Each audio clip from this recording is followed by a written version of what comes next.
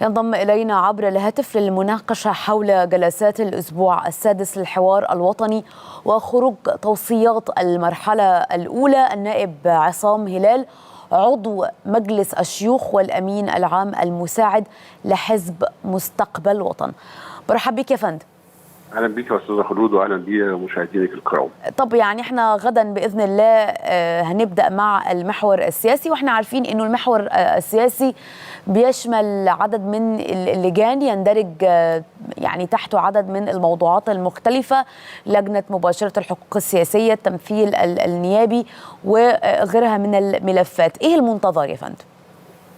لا، هو على المنتظر كتير، والحمد لله تعالى برضو احنا يمكن بنجي انعقاد هذه الموجه الجديده من موجات اجتماعات الحوار الوطني بعد المفردات الاولى يمكن زي ما اشار اساتذتنا الافاضل السابقين، يمكن اكثر من 13 لجنه انتهت الى مخرجات تمس الحياه السياسيه وتمس الحياه الاقتصاديه وتمس الحياه الاجتماعيه. ودي رجعتني معلش وخلينا ارجع كده لورا. اتفضل. بدايه انطلاق السيد الرئيس ودعوه السيد الرئيس للحوار الوطني في افطار الاسره المصريه القبل الماضي في ابريل 2022. تخيل البعض ان يعني ده حاله من حالات يعني الدوله في مأزق وبتحاول انها تحل هذه المأزق، او ان الدوله حاول البعض برضه انه ياخذ الحوار الوطني في منحنى ان ده حوار ما بين اغلبيه ومعارضه او بين طيف سياسي واخر، ولكن يمكن البعض تناسى في هذا التوقيت من المرحله اللي دعا فيه السيد الرئيس بهذا الحوار، ان كان السيد الرئيس قبل دعوته كان هو في سلسله من اللقاءات دائما ابدا. يمكن هي مبادره الرئيس للحوار الوطني كانت بتيجي في اطار ان دائما السيد الرئيس كان حريص على عقد جلسات حواريه بين كل اطياف المجتمع، او بين خليني اكون دقيقا بين فئات المجتمع.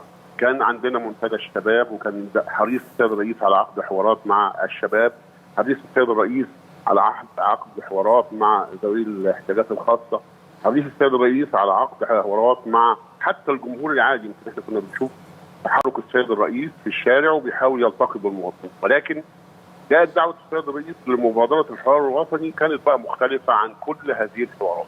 كانت بقى لان دعوه الحوار الوطني ضمت كل اطياف المجتمع المصري، كل الاطياف. خليني اقول لحضرتك يمكن احنا كنا بنتوقع في الماضي كاطياف سياسيه، وكنا متخيلين في اذهاننا ان احنا صعب ان احنا نلتقي او نتوافق، ولكن بعد مبادره السيد الرئيس للحوار الوطني واجتماعنا مع بعض، وخاصه ان لابد ان انا احيي مجلس امناء الحوار الوطني والامانه الفنيه والقائمين عليه، خلقوا حاله من الحالات اللي سمحت للجميع انه يشارك باريحيه كامله، يشارك بدون خطوط حمراء.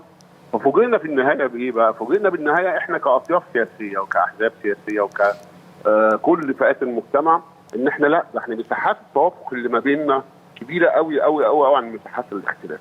السيد الرئيس قرر في عباراته اكثر من مره ان الاختلاف في الراي لا يفسد للدوله قضيه، للوطن قضيه، نعم، او للوطن قضيه. بالتالي فعلا الحوار الوطني والمناقشات اللي دارت عليه داخله وفاروقته خلال المرحله اللي فاتت، خلال ال 13 لجنه اللي طلعنا فيهم بمخرجات دول، اثبت هذه القضيه واثبت صحه دعوه السيد الرئيس، وخلق لا ده احنا فوجئنا احنا كاطياف سياسيه، لا ده احنا يا جماعه، ده احنا مساحات الاتفاق بيننا كبيره قوي، ده احنا مساحات الاختلاف قليله قوي بيننا وسهل ان احنا يحصل عليها توافق. لا، نعم. نقطه ثانيه كانت مهمه برضو. البعض في البدايه حاول ياخد الحوار الوطني لمحور واحد بس، وهو المحور السياسي. الحوار الوطني ده معمول عشان يحصل نوع من انواع يعني النقاش حوالين القضايا السياسيه، وبدات تتوارى الاصوات بقى، يعني طب مين الاهم؟ هل المحور السياسي هو الاهم، او المحور المجتمعي هو الاهم، او المحور الاقتصادي هو الاهم؟ نعم. ولكن بذكاء برضو لاداره الحوار الوطني فوجئنا ان الثلاث مسارات ماشيين في خط متوازي مع بعض، كلهم ذات اهميه، كلهم قضايا تمس الوطن وتمس المواطنين، وكلهم يعني في مصلحه الوطن والمواطن في الاول وفي الاخير. عايزه اتناقش معاك يا سياده النائب في عدد من الملفات، يعني عشان ايه نستغل الوقت مع حضرتك. تمام. كان في نقاشات ثريه جدا في قانون المجالس الشعبيه المحليه، الاختصاصات والتشكيل والنظام الانتخابي، توصلنا لايه؟ خليني اقول لحضرتك ان اللجان من اهم اللجان اللي كانت موجوده ومن النقاشات اللي اثيرت داخل لجنه الاداره المحليه تحديدا، وكانت فيها مناقشات سريعه جدا جدا جدا، ويمكن هي برضه من اللجان اللي حصل فيها كثير من التوافق على كل اللي كان مطروح على المناقشه. الكل اجمع، اكاد اجزم ان الكل اجمع على ضروره اجراء انتخابات المجالس الشعبيه المحليه. خرجنا من لجنه الحوار الوطني كل الاطياف المشاركين اتفقوا جميعا لابد ان احنا نجري انتخابات مجالس شعبيه، لان المجالس الشعبيه المحليه دي شيء مهم للحياه السياسيه المصريه، ودي بتعمل نوع من انواع التنشئه السياسيه للكوادر السياسيه، وتبقى شريك اساسي لابد دي بقى في اطار التشاركيه او الحاله التشاركيه اللي خلقها الحوار الوطني. المجالس الشعبيه المحليه هي شريك اساسي للجهاز التنفيذي في التنميه في مجتمعاته، فبالتالي توافقنا على ذلك. توافقنا كذلك على حتى يمكن كان بعد طبعا مناقشات عديده وعرض لكل وجهات النظر وشكلت لجنه خاصه، توافقنا على النظام الانتخابي للمجالس الشعبيه المحليه. جمع ما بين توصلتوا لميعادها طيب يا سياده النائب ولا لسه؟ هي دي النقطه الاخيره، يعني هي فيها بعض الحاجات المتبقيه البسيطه في لجنه الاداره المحليه، ويمكن دي بعدها ننتقل الى ان هيرفع الامر طبعا وفقا لاليات الحوار الوطني، هيرفع طبعا توصيات الحوار الوطني اللجنه او المحور الى السيد الرئيس. السيد الرئيس في جزء منه هيبقى جزء تنفيذي وفقا للاختصاصات الدستوريه هيتخذ فيه قرارات، وفي جزء منه طبعا لابد انه يحال الى المجالس النائبيه، لان ده هيستلزم قانون اللي هو قانون الاداره المحليه بقى بكل محاوره ومحاوره، الشق التنفيذي وما يخص الجهاز التنفيذي وما يخص المجالس الشعبيه المحليه من انتخابات ومن تاسيس ومن اختصاصات ومن كم، كل دي يعني شبه توافق، والتمويل بالظبط وتمويل، كل دي الامور وما يخص هو متبقي جزئيات بسيطه حوالين قضيه اللامركزيه وكم قضيه كده اخرى وتوصيف الوظائف التنفيذيه. هيحصل ان شاء الله تعالى في جزء كبير اترفع من ضمن التوصيات او المخرجات اللي خرجت دي للخروج اللي حصل عليها توافق. هتبقى نقاط بسيطه يعني يخيل لي انه قريبا جدا هيتم التوافق عليها، وبالتالي ترفع وتحال بقى الجزء اللي هو اللي محتاج تشريع هيحال الى المجالس النائبيه لاصدار تشريع قانون الاداره المحليه. لكن حصل دي برضه خليني اشيد بهذه اللجنه وما دار بينها والمشاركين فيها، لان حصل فيها كثير من المناقشات المثيره، لان برضه ودي كانت من ميزات الحوار الوطني ومن ضمن تشكيلاته ان احنا كان عندنا ناس سياسيين، كان عندنا ناس ذات خبرات سابقه كمحافظين او كرؤساء مجالس شعبيه محليه سابقه، كناس في الجهاز التنفيذي، فبالتالي جمعت بين كل اللي انت محتاجاه في مناقشه اي امر، فبالتالي قدر يوصلنا بسهوله الى مخرجات حصل التوافق عليها. وكان في برضه يعني جلسات مهمه جدا، وكان في نقاشات ثريه في عدد من اللجان ومنها لجنه الحقوق السياسيه والتمثيل النيابي، ويمكن حضرتك ذكرت في الجلسه الخاصه بها المتعلقه طبعا بهذه الجلسه الهامه انه حزب مستقبل وطن ما عندوش اي مانع من زياده اعضاء مجلسي النواب والشيوخ، وساعتها كمان اتكلمت عن فكره التفرغ، والموضوع ده كان فيه برضه يعني اختلاف في وجهات النظر، وساعتها على ما اعتقد قلت انه التفرغ هو تفرغ النواب ده يعني التزام او حق. يعني هو خليني اقول ان احنا كحزب مستقبل الوطن، ودي برضه كويس ان حضرتك بشكر حضرتك انك اشرت ليها، احنا من اليوم الاول لدخولنا للحوار الوطني واحنا قلنا احنا داخلين بعقول متفتحه ومتفتحين على الجميع، احنا ما عندناش اراء صلبه، احنا عندنا مبادئ عامه حاكمه لينا، ولكن عندنا استعداد نتناقش وما توصل اليه، لو لقينا اي وجهه نظر حتى مخالفه لوجهه نظرنا ولكن تكون في صالح الوطن والمواطنين عندنا استعداد نتوافق عليه. فعلا ده حصل داخل لجنه الاحزاب السياسيه والحقوق السياسيه.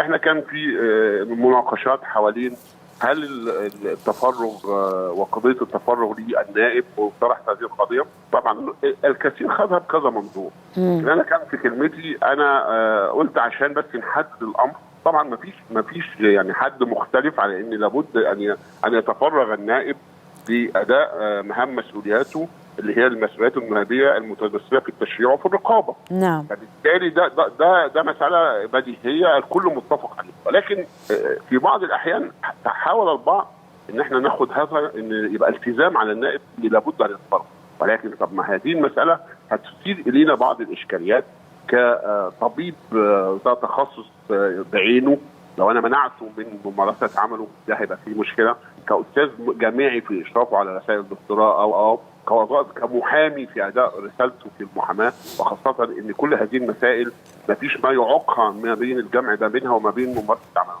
فبالتالي انا طرحت السؤال اللي هو هيكون الفيصل ما بيننا في هذه الامر، هل التفرغ ده هل هو حق ام التزام؟ نرجع للاعمال الدستوريه والاعمال التحضيريه، ويمكن حتى اشار في ذلك الوقت استاذنا الدكتور طلعت عبقاوي انه كان في لجنه صياغه الدستور في 2014 وقال ان المناقشات اثيرت في هذا الشان بمناسبه ان البعض من النواب تضرروا او كانوا بيشتكوا ان ما كانش في بعض الجهات الحكوميه ما بتدهمش التفرغ لاداء رسالتهم. يبقى هنا كانت هذا النص الدستوري ينبئ لينا على ان هذه المساله حق وليست التزام. يبقى هي حق للنائب انه يتفرغ لاداء عمله، ولكن ليس التزاما على النائب ان يتفرغ التفرغ الكامل بالصوره اللي البعض ياخذنا عليه. فبالتالي احنا ممكن هذه المساله نوصل فيها لمساله توافقيه يعني تجمع ما بين التفرغ الكامل وما بين ان احنا يبقى فيها بعض الاستثناءات لبعض المهن اللي هي يعني ما فيش المؤثره، لو ممكن نقول المؤثره او التي هيبقى فيها ضرر بالغ. يعني تتخيلي حضرتك ان انا طبيب بيمارس ان انا امنعه عن ممارسه 60 مهنه لمده 5 سنين.